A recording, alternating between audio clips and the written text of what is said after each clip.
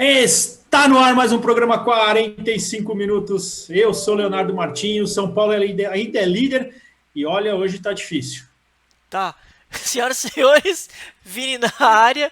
Eu espero que depois da 15ª tentativa a gente consiga colocar o programa no ar. Que, além de tudo, né? Hoje era para o nosso amigo Bino Campos estar de volta Pois é, e tivemos aí um pequenino problema com o rapaz, o chinelinho, né? pois Ele é. calçou as sandálias ali dele, foi tirar férias Acabou e o não cara não viajando com o volta, Bino. grupo. Não viajou, foi dispensado para resolver assuntos particulares. O cara não volta. Você aí que é fã do Bino, deixa os comentários. O que você acha que aconteceu com o Bino, hein? Vamos começar aqui, Vina, falando do São Paulo, né? O São Paulo que vem aí da vitória contra o Atlético. São Paulo que é líder do campeonato. E o São Paulo que sofreu todas essas mudanças esses últimos dias. O cenário político do São Paulo ferveu, enfim. O Júlio Casares, como a gente já comentou, será o novo presidente do São Paulo a partir do dia 1º de janeiro. E eu achei bacana que esses últimos 15 dias ele está fazendo uma integração ali com o Leco meio que passou o bastão para ele durante esse período. Óbvio que o Leco, como presidente, ainda assina as coisas, mas está fazendo uma passagem mais tranquila. Transição. Esses dias teve uma reunião dele com todo o grupo de jogadores, a comissão técnica do São Paulo, e algumas coisas importantes. Primeiro, a permanência do Diniz, pelo menos até fevereiro, né, quando acabam os campeonatos. Eu acho que, por bom senso e por mérito, o Diniz deve continuar para o ano que vem inteiro, né? Depois de tudo que o Diniz passou, de todas as críticas. O São Paulo hoje eu acho que é o clube que joga o melhor futebol do país, é um futebol vistoso, legal de ver jogar, ainda com seus problemas, mas é um time que é legal de ver jogar. E também o Raí assinou aí uma extensão do contrato dele que acabava dia 31 de dezembro e fica até Até fevereiro. fevereiro. O que eu acho por bem, não tem que mexer agora. A saída que está programada é do Pássaro, né? O Pássaro já até se despediu numa carta, agradecendo. São 6 anos de São Paulo, 6 anos que São Paulo ficou sem ganhar nada, 6 anos que a dívida do São Paulo foi lá para cima. Não é uma gestão boa, não é porque agora o São Paulo está fazendo um campeonato legal, é semifinalista da Copa do Brasil, que o torcedor tem que achar que foi tudo bem. É, Não lógico, foi. uma coisa não necessariamente tem a ver com a outra, né? O Corinthians é o campeão da década e vem acontecendo nos bastidores tudo que vem acontecendo. Exato. O Corinthians ainda, apesar da dívida do Corinthians hoje ter explodido e ser muito maior que a do São Paulo, mas o Corinthians ainda em termos de título ganhou muita coisa nessas últimas gestões. O São Paulo não. O São Paulo, além da dívida ter aumentado, o São Paulo não ganhou título, né? E Só uma coisa para correu o deixar risco de claro. rebaixamento. Só uma coisa para deixar claro. Eu não sou daqueles que acha que título apaga Perfeito. dívida, apaga bastidor mal feito. Não Não, foi nem isso que eu eu. quis dizer. Não, nem eu. Aliás, ao contrário disso, apesar dos títulos, o bastidor é ruim, né? A administração é ruim, não necessariamente o bastidor, mas a Exato. administração é ruim. Não, a galera que acompanha a gente aqui, eles sabem a nossa opinião a respeito da gestão Leco, da gestão Andrés, enfim. A gente pode usar um exemplo, o Flamengo. O Flamengo ganhou tudo no passado, e você olha os dirigentes do Flamengo, você tem asco de ver os Sim, caras, né? sim, Em todos os sentidos. A gente não sim. vai entrar no mérito aí, porque putz, pouco me importa o Flamengo. Mas você vê as pessoas que administram o Flamengo, eles mais mancham a história do clube hoje com seus posicionamentos do que eles engrandecem o clube. E a gente aqui, a gente quer que as coisas têm que funcionar. A administração tem que ser boa, com títulos, se possível, com pessoas honestas, enfim. Pra todo Né? mundo, né, cara? Pra todo É, mundo, porque o nosso futebol hoje ele vai de mal a pior, de um modo geral, não entrando no mérito de clube A ou clube B, mas generalizando, o nosso futebol é ridículo, porque é cada um por si, cara. exato. É cada um por si, é por isso que o nosso futebol é essa porcaria que é, o nosso campeonato é horrível do jeito que é. E todo ano é aquela história, né? Todo ano quem está ganhando, do segundo para baixo, tenta desmerecer quem está lá em cima de Isso, alguma forma. isso. E esse ano, por exemplo, está sendo o São Paulo, mas o Corinthians, quando foi o Carille, que fez aquele primeiro turno espetacular, era sempre a questão do é porque o árbitro ajuda, é porque por os bastidores não sei o quê. Aí sempre tem essa situação de quem tá lá em cima. Eu acho que, exceto o Flamengo ano passado, que ninguém questionou, porque a disparidade foi tão grande que não dava para ninguém falar nada, mas todo campeonato é isso, né? É. Palmeiras do Felipão só ganhou porque a arbitragem ajudou, porque a Crefisa. Uhum. O Corinthians só ganhou porque o André Sanches não sei o quê. Agora é a vez do São Paulo. E os próprios clubes não entendem que isso desvaloriza o produto deles, cara. Exato. Né? Exato. Enfim. Mas aí o Raí, então, fica até fevereiro no São Paulo, o Pássaro vai embora, o São Paulo, Casares já anunciou o novo diretor executivo de marketing, que é o Eduardo Toni, para quem não conhece aí, da área de marketing, ele foi executivo de marketing da LG e da Sempre Toshiba, é um nome forte no mercado, Sim, sim. é um cara jovem, porém, lendo os comentários de pessoas que estão mais dentro dessa parte de marketing, tem aqueles que gostam muito do trabalho dele, tem aqueles que não gostam. Então, eu acho que por bem do torcedor do São Paulo agora esperar, isso, o foco do São Paulo agora tem que ser a semifinal da Copa do Brasil, o brasileiro mesmo, e o torcedor começar a entender essa nova política do São Paulo a partir do fim desses dois campeonatos. Então, do São Paulo é isso. Cara, Jogo quarta-feira. eu acho que o São Paulo não deveria tentar ganhar os dois campeonatos. O São Paulo vem de um longo período aí sem título. Eu acho que o São Paulo deveria mirar em um, focar em um, tira esse peso de tantos anos sem título e depois ver o que acontece. Eu acho até deveria focar no brasileiro. Ah, mas o São Paulo não tem Copa do Brasil, ainda não ganhou a Copa do Brasil. Isso tudo é verdade. Mas o São Paulo tem pontos à frente do Flamengo, embora tenha um jogo a menos. Ainda assim, o Flamengo ganhando esse jogo, ele ainda fica 2 pontos à frente. 2 pontos. É uma vantagem que é um jogo, e inclusive o último jogo vai ser uma. Se seguir nessa sequência, vai ser a grande final do campeonato, né? Corinthians, São Paulo e Flamengo é a última rodada do campeonato. Eu acho que o São Paulo deveria focar em tentar administrar essa vantagem para chegar com essa vantagem para o jogo contra o Flamengo e de repente ali depender de um empate, algo assim. Eu acho que se o São Paulo tentar ganhar os dois, é capaz de ficar sem nenhum. Eu fico com receio, cara, desses 2 pontos do São Paulo levar exatamente para a última rodada, que é o São Paulo e Flamengo no Morumbi, porque eu não gosto de time que entra jogando pelo empate, por exemplo. E toda essa questão envolvendo o Rogério Ceni, as 3 vitórias do São Paulo, todo esse ambiente criado pela diretoria do Flamengo, eu fico com receio do São Paulo levar esse último jogo para o Morumbi e o Flamengo vai querer vir arrebentando, porque aí se o Flamengo ganha esse último jogo e tira o título do São Paulo, né, tudo que o São Paulo fez contra o Flamengo não vai valer de nada, né? O São Paulo tem um jogo contra o Grêmio que eu acho que é importante pelo seguinte, o jogo a menos que o Flamengo tem em relação ao São Paulo é contra o Grêmio. Então se o São Paulo ganha elimina o Grêmio da Copa do Brasil, o Renato Gaúcho obrigatoriamente vai ter que jogar esse jogo contra o Flamengo com o time titular, porque dificulta a vida do Flamengo.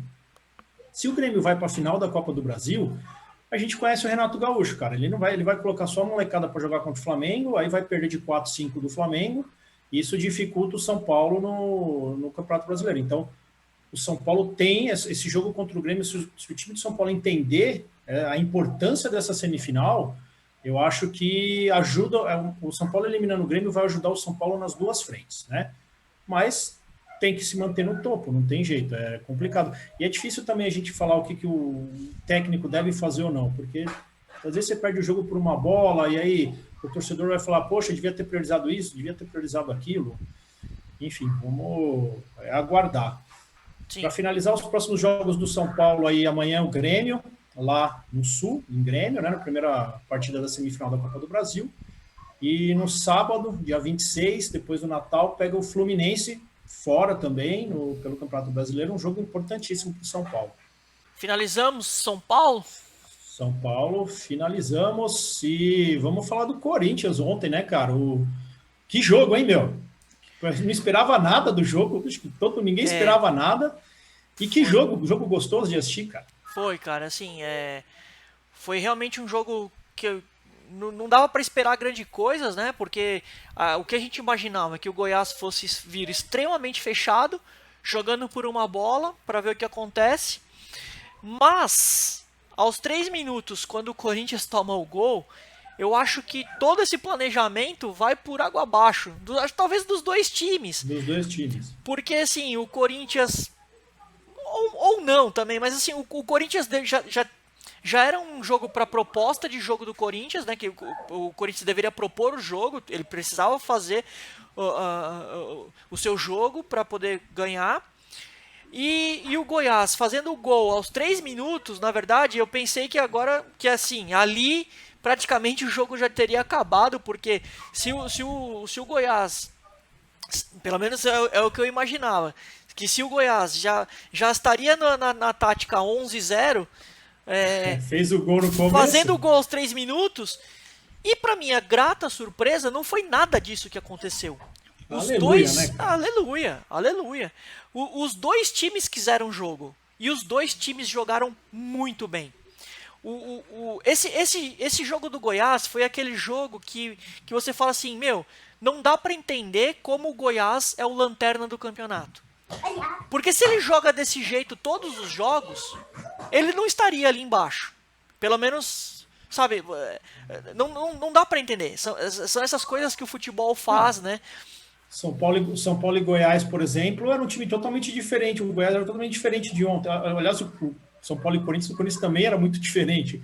Mas o do Corinthians foram estratégias de jogo. Isso. O Goiás não. O Goiás contra o São Paulo não quis jogar, não tentou se defender, não fez nada. E ontem o Goiás saiu para o jogo. Foi bacana. Foi. Antes de entrar aqui no programa, nós entramos numa breve polêmica, que eu falei que dos jogos que eu vi no ano, foi o melhor jogo que eu vi. Porque foi um jogo em que os dois times quiseram o gol, os dois times quiseram o ataque, os dois times se abriram pro adversário. E, bom, Goiás teve bola na trave, o Corinthians teve 2 bolas na trave, o Tadeu fez 2, 3 defesas, inclusive uma delas um milagre. Aliás, todo jogo ele faz 4, 5 defesas e 2 milagres, cara. O Tadeu é aquele goleiro que merecia um time melhor. O jogo realmente foi bem legal.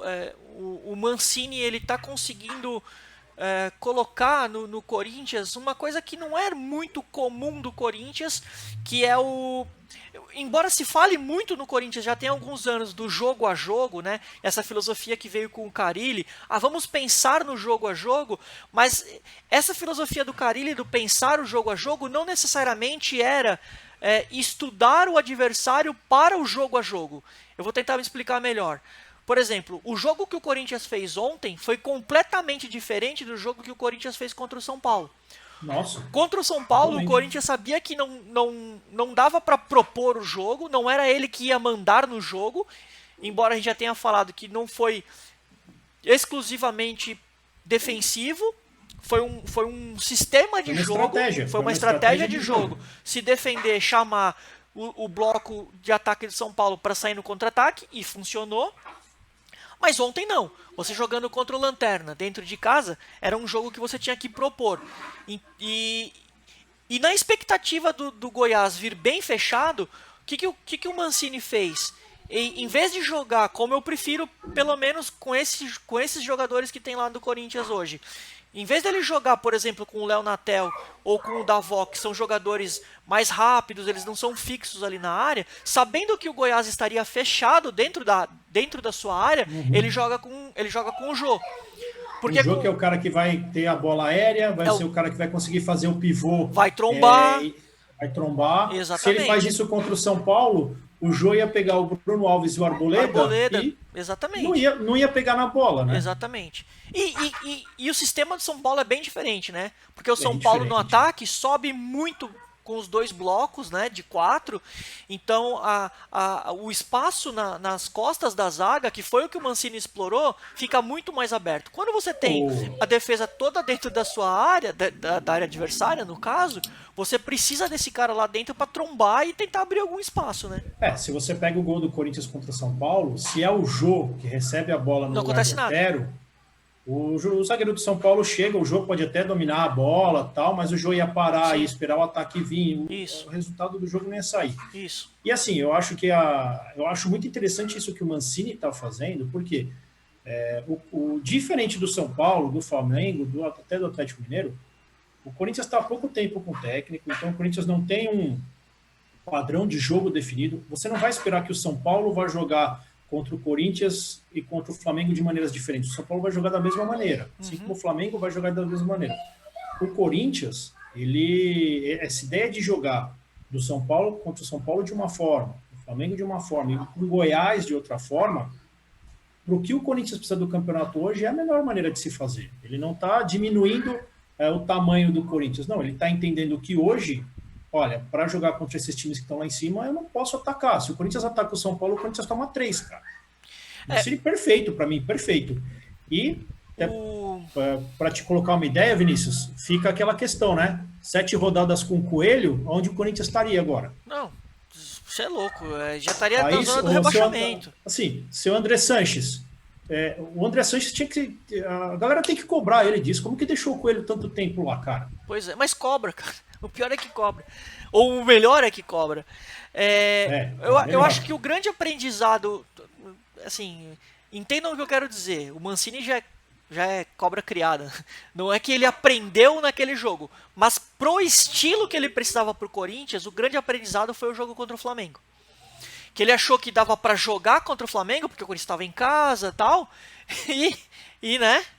O Corinthians não fez uma partida ruim. Não fez. Mas não dava... Por exemplo, se ele tenta jogar... Aqui é um mero exercício de adivinhômetro. Não tem como a gente saber se no futebol não joga. Mas, se, por exemplo, ele tenta jogar como ele jogou contra o São Paulo, talvez ele não tenha... Pode ser que ele não teria perdido de tanto.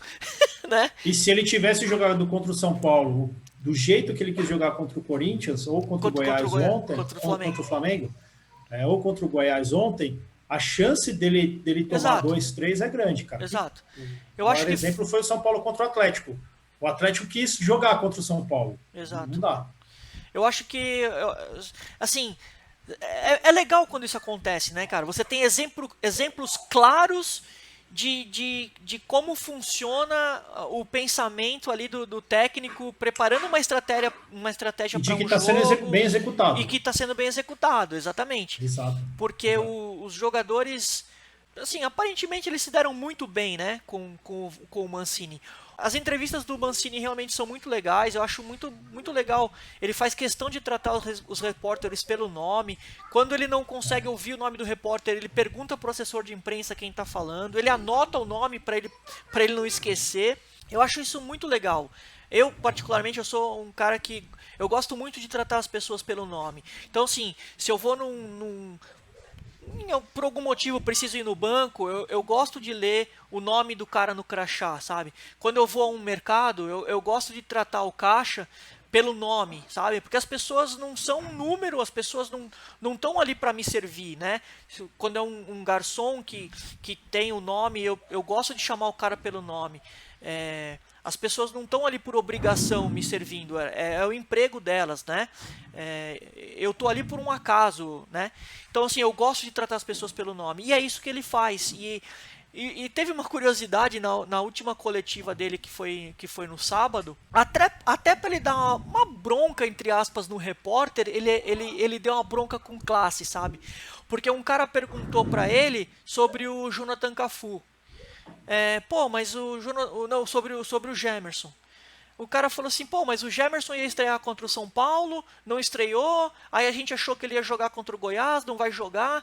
Ele falou assim, olha, sobre o Gemerson, eu já respondi no jogo, na coletiva pós-jogo contra o São Paulo, que ele veio de muito tempo sem jogar. Quando ele pegou a parte física, ele pegou Covid.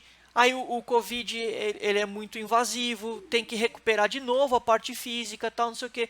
Ele falou assim, gente, chega de perguntar sobre jogador individualmente. A gente poderia estar aqui, vocês poderiam estar aproveitando eu sentado aqui nessa cadeira para a gente discutir a tática que eu vou ter que usar contra o Goiás.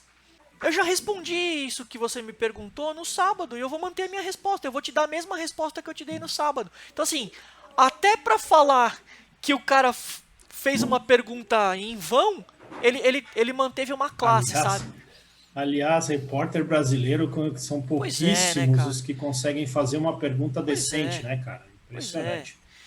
Meu, Então, dito isso, eu quero dizer que a partir de hoje você não tem mais o direito de me chamar de Narigas, então você tem que me chamar pelo nome, por favor. não, Tá? Então, a partir de agora acabou essa história não, aí, já que você tá aqui, tá na internet, tá gravado pro resto da vida, amigão. não, não. Qual que é o próximo jogo do Corinthians, Vina? Botafogo. Botafogo lá ou aqui? Lá no Engenhão. O Corinthians que é freguês do Botafogo, né, É cara? exatamente isso que eu ia falar. Esse é um Incrível. problema. Ah, cara, eu tenho uns amigos botafoguenses aí e tal. Quebra o galho dos caras. Domingo, Deixa o 4 Botafogo. horas. Deixa o Botafogo escapar, cara. O Botafogo merece. Ah, cara, mas O assim, Botafogo é um time simpático. o Corinthians não precisa muito esforço pro Botafogo ganhar, não. O Botafogo é um dos poucos. É igual São Paulo e Corinthians É, na arena. O Corinthians não precisa fazer nada. Você dá um não. chute pro gol, pô, ganha o jogo. O Botafogo é um dos poucos clubes do Brasil que tem mais vitórias em cima do Corinthians do que o contrário, né? Beleza. Pessoal, vamos lá reforçar aquele pedido de sempre. Dá um like, compartilha o canal, divulga a gente, por favor. Assistam o vídeo completo. É importante para a gente que vocês assistam o vídeo inteiro. A gente grava esse vídeo aqui, a gente tira o tempo para vocês. Mandem as suas sugestões. Quiserem que a gente chame uma pessoa de outros clubes aí, coloca aqui. E importante, coloca aqui o porquê que o Bino não está vindo no programa. Que chinelo. Qual a ideia de vocês? É chinelinho? O cara sentiu a contusão e pediu para sair? Festa de final de ano, ele tomou o terceiro amarelo. Pois é. Coloquem aí, mas reforçando, dá um like, compartilha o canal, tá bom? É isso, Vina. É isso aí. Vamos embora. Fui, valeu, tchau.